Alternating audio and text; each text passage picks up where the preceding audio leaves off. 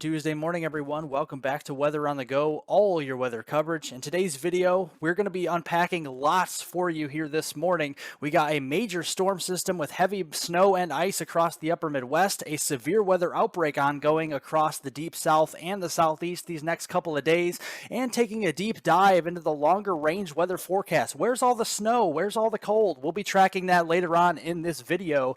But if you guys are new to the channel and have not yet subscribed, we're on the road to 10,000 subscribers out there. So everyone joining this morning, why not hit the subscribe button? You get all of my daily weather forecast updates here with the click of a button by hitting that subscribe button. Also hit the notification bell as well to get all of my daily weather forecast updates. I cover Canada, the United States, and the tropics. So why not, guys, hit the subscribe button and the notification bell, and you get all of my daily weather forecast updates on this channel. Looking here at the visible satellite imagery this morning, that major storm system here that's going to be bringing heavy snow and heavy ice across the upper Midwest is getting in toward the eastern two-thirds of the country, also bringing that cold front with severe weather across the deep south and the southeast here this morning. That does continue here through the day today and on Wednesday, but back here through yesterday, we had several severe weather reports across the Arklatex, even back here into eastern Oklahoma. We had at least one tornado report here, wind reports of around 17 here, one of those being over 75 miles per hour actually, and we had 4 hail reports across portions of the Arklatex with 22 total severe weather reports, and I do think this number will be growing in the next couple of days here with damage assessments going on through the middle of the week. But we have more severe weather to talk about. The Storm Prediction Center has that marginal, slight, and even an enhanced risk in the orange across southern Mississippi, southeastern Louisiana into south central Alabama later on today. Also a 10% hatched area for tornadoes, for significant long track tornadoes possible across southern portions of Alabama, southern Mississippi, and southeastern Louisiana. That tornado threat will actually move its way farther north into the middle Tennessee Valley here and portions of the Illinois Valley as well. So definitely be on the lookout for that if you live into southern Indiana and southeastern Illinois later on today. And then that lower end threat for wind and hail will be there across portions of the deep south.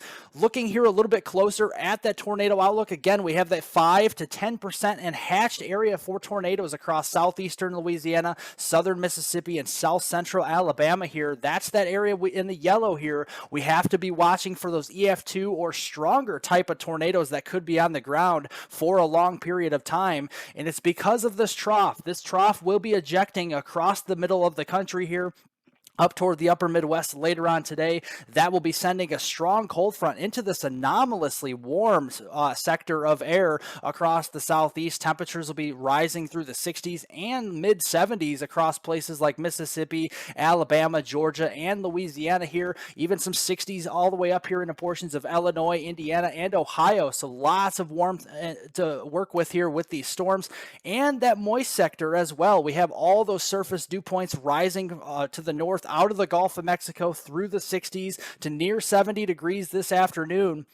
And that's going to spark some strong to severe thunderstorms. We got a squall line of storms producing damaging winds and heavy rainfall up here through portions of southern Ohio, central and eastern Kentucky, through middle Tennessee here. And then more of discrete supercells we'll have to watch out for back down to the south across southern Alabama, southern and central Mississippi, and even southeastern Louisiana. These could be the ones to produce those strong, violent, and long track tornadoes later on today around the noon time frame. That will extend here through the afternoon and evening, getting to the 6 o'clock time frame. More of the focus of that organized severe weather potential will be across Mississippi, Alabama, and even Georgia as we get into that 6 o'clock hour. And then going into Wednesday morning, we have a squall line from portions of West Virginia down through portions of Kentucky, western Carolinas into eastern Tennessee, and then getting down through the Atlanta metro area here into northern Georgia and southeastern portions of Alabama as well. And if you guys are new, here in the channel and you're still watching this video, press that like button down below. It gets all this weather information out to more and more people, so I definitely appreciate it. But as we go into the day on Wednesday, that cold front and trough will continue to sweep its way off to the east, and yet again, another day of severe weather with a marginal to slight risk for severe storms across the Carolinas, getting through Georgia here and North Florida, especially in that yellow shaded color. That's that level 2 of 5, that slight risk across southern Georgia and northwest Florida as we get into the Wednesday timeframe. And we also have that threat for tornadoes across the eastern seaboard here from the Carolinas down through Georgia and northern Florida as well. A lower end threat for wind and not much of a hail threat, but mainly just a tornado and wind threat going into the day on Wednesday. That's as that squall line continues to press off to the east with that cold front here. Mainly some wind producing storms up here into the Carolinas, but we will have to watch out for some embedded supercells farther to the south across South Carolina, southern and southeastern Georgia, and North Florida that could be producing a few tornadoes, and that will continue to sweep its way off the east coast into the western Atlantic Ocean as we get into Wednesday evening. The setup for this is pretty classic. We have a very strong mid-level jet here punching in out of the south and west, anywhere from about 50 to 60 knots, so plenty of available kinematics with this system. We also have a very powerful low-level jet as well coming in out of the southwest as well, around 50 to 60 knots. Plenty of fuel out there for severe weather and tornadoes, so we'll continue to monitor that. But over the next couple of days, going through that Friday, January 6th timeframe across the eastern side of the country, from the Ohio Valley, the northeast, and really getting down here through Tennessee and the southeast as well, we're going to be seeing lots of heavy rainfall in the blue shaded colors. That's anywhere from 1 to 2 inches worth of rain, and then down here into portions of southern Mississippi, southern Alabama, getting into western Georgia, and even perhaps the northwestern Florida panhandle. Those are areas we could be seeing over 2 inches of rain here going through the next several days, and that's why we have that slight to moderate risk today into Wednesday here for flash flooding across portions of Alabama, Mississippi, and Georgia as well. That will be sneaking its way farther up to the north across portions of Middle Tennessee. Looking up to the north, the winter side of the system as well, we have winter weather advisories here in the purple. In the pink shaded colors, those are winter storm warnings where we are gearing up for significant, heavy accumulating snow. And in the violet colors here, that is actually ice storm warnings across southern Minnesota, northwestern Iowa, and eastern Nebraska here. That goes in effect through the middle of this week. Not a very strong low pressure system, but it is going to be producing a lot of cold air on the system's backside, pulling in all that cold air from southern Canada into the Midwest and the Central Plains here going through the day today and on Wednesday as well, pulling it all the way down into portions of Illinois, Iowa, Wisconsin, and Minnesota. And you can see that snowfall band will be breaking out around the noon time frame here up toward the Twin Cities, back towards eastern South Dakota, and even into portions of northeastern Nebraska. We got that ice zone right in between here where we have to watch out across especially northwestern Iowa, southern Minnesota, and back here into eastern Nebraska. That will continue in those same areas going through much of the day today through the evening time frame at 6 o'clock here before starting to exit portions of Iowa, southern Minnesota, the Dakotas here, and eastern portions of Nebraska as we get into the wee hours of the morning on Wednesday. Looking first at the snowfall accumulations, pretty robust snowfall accumulations across South Dakota here.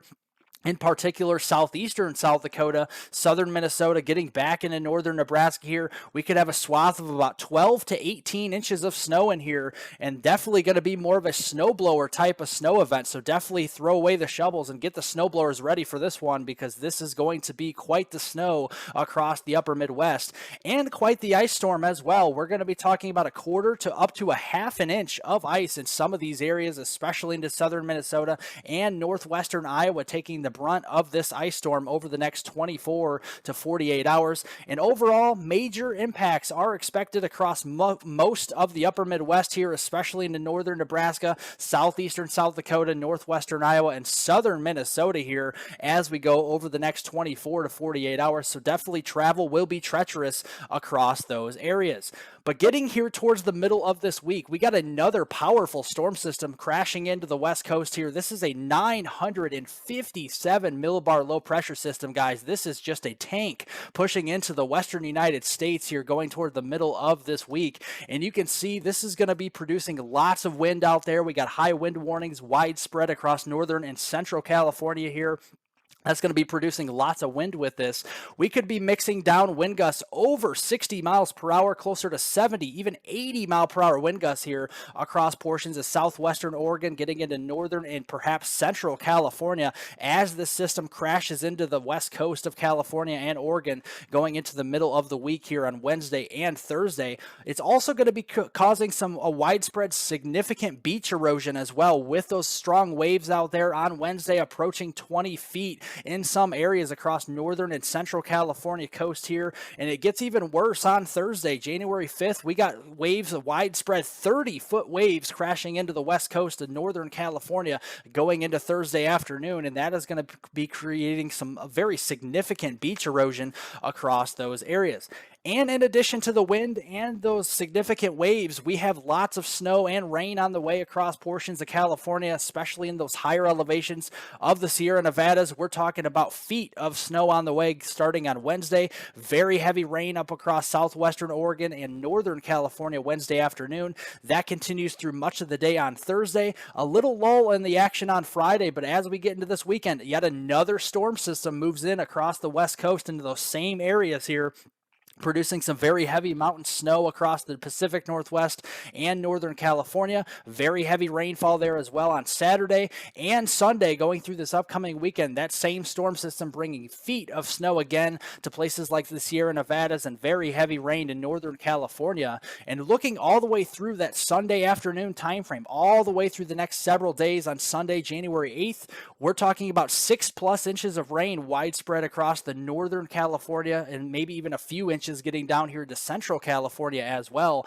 and going all the way through the middle of the month towards the 13th, 14th time frame of January, widespread 8 to 12+ inches of rain across north central California during that time. So lots of flooding here, and that's why the Weather Prediction Center has a slight to moderate risk of excessive rainfall and flooding across the west coast there of California into northern California getting through the middle of this week. That continues as we head in towards Thursday and Friday with that marginal to slight risk here for flash flooding, this time a little farther south towards the Los Angeles region.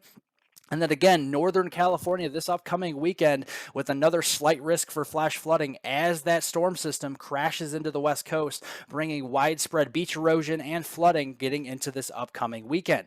And we have to talk about the snow as well. Widespread feet of snow across the Sierra Nevadas here in Northern California in those higher elevations going through the 8th time frame. This upcoming Sunday, we have 2, 3, even 4-foot snowfall amounts up here in the portions of the higher elevations of California.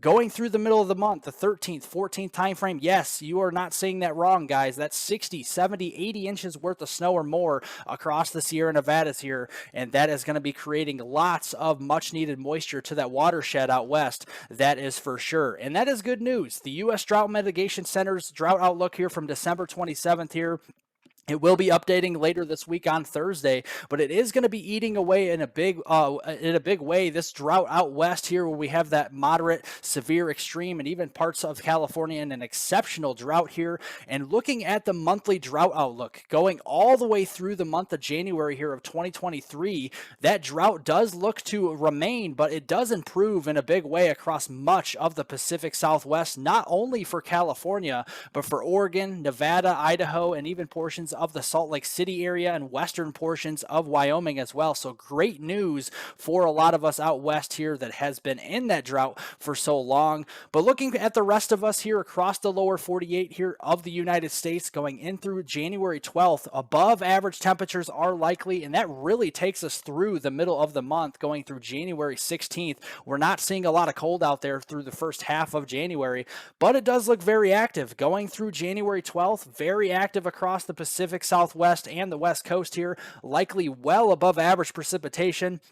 And that may carry us farther to the east towards Texas, Oklahoma, and much of the southern United States with at least slightly above average precipitation going through that 12th time frame of January and really through the middle of January. I do think very active across the west and maybe the eastern side of the country as well, from Maine to Florida, a couple of storm systems traversing across those areas as well. But where is the cold? Well, the cold is all the way up into the Arctics here into northern Canada and Siberia still going through late this week week on Friday, January 6th. A very strong polar vortex here, and usually when you have a strong polar vortex, you don't bring a lot of that cold air down. Weaker polar vortexes bring colder air farther south, and we're just not seeing that through this week, and we really don't see that going into next week either here. This is the middle of next week on Wednesday, January 11th, and you can see that strong polar vortex farther north, and we're not pulling down much of that cold air except for into places like Alaska and western Canada during that time frame. Looking at the overall seasonal snowfall for the United States, we've had a lot of mountain snow out west. We've had lots of bigger snows across the Dakotas into the upper Midwest, and some heavier snow at times across the Northeast. But much of the lower Midwest here toward the Missouri Valley, getting through the Ohio Valley southward, we really haven't had much snow this winter, and it looks like that snow line is going to remain farther to the north for the foreseeable future here, with the heavier snowpack laying out across Alaska, Canada, and the northwestern United States. Does include the upper Midwest as well. But I do think things will be changing toward the middle and especially the end of January. I am seeing signs, especially the CFS model here does a fairly decent job of predicting here our weather patterns going forward through the next couple of months. But I'm going to take you through late January here, and you can see that colder air will be arriving at least into southern Canada, perhaps the northern plains and upper Midwest, going towards that January 20th time frame. And then by the time we get towards the last leg of this month, getting toward the 29th, 30th, and 31st time frame of January, it does look like at least the potential for a stratospheric warming event, or at least a polar vortex disruption yet again across portions of Canada, getting into the north central United States, pulling all of those negative high temperatures down across the Dakotas here into Minnesota and much of the Pacific Northwest. And that freezing line could go well far south towards Texas by this time, and a very energetic subtropical jet. We could have a couple of nor'easters start to build up toward the end of the month, and potentially some snowfall farther south towards Texas and potentially toward the southern plains and the Ohio Valley as well, where we have missed out on the snowfall for the most part this winter. That does look to be the case potentially as we get towards the end of January. So we'll keep an eye on that for you guys. I know I'm praying for all you snow lovers out there that do want the snow. We'll continue to monitor that as we get a little bit closer. Well, thank you guys for watching. Definitely appreciate it. If you liked the video, press the thumbs up down below. Leave any comments, questions, and concerns below as well. I'll get to those later on today. Subscribe to the YouTube channel if you're new, and hit the notification bell to get all of my daily weather forecast updates on this channel. Have a great Tuesday, everyone. A great rest of your work week, and I will see you all in the next video.